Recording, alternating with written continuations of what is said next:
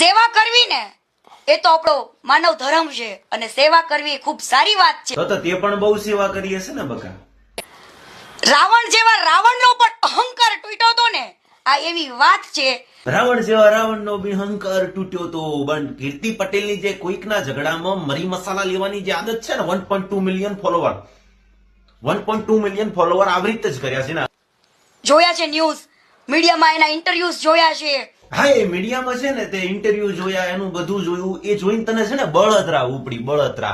અને બળતરા ઉપડવાના કારણે તું બી મીડિયામાં એના નામનું ભાષણ જોકે છે કે તારા બી 2-4 ફોલોવર વધીને 2-4 લોકો તને હાઇલાઇટ કરે, હાઇલાઇટ છે.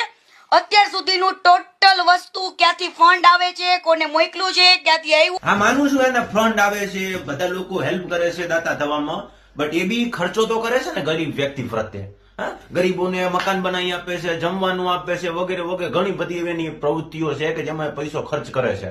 પણ પૈસા તો તું બી કમાવે છે સોશિયલ મીડિયામાંથી. વાપર્યા કોઈ દિવસ પૈસા તે? 5 રૂપિયાનું પાર્લેજીનું બિસ્કિટ કોઈ છોકરું ને તે ખવડાવ્યું નહીં ને? તો બસ આ તારા તમાશા ને આ બધી વેશભૂષા બંધ કર, સારું નથી લાગતું.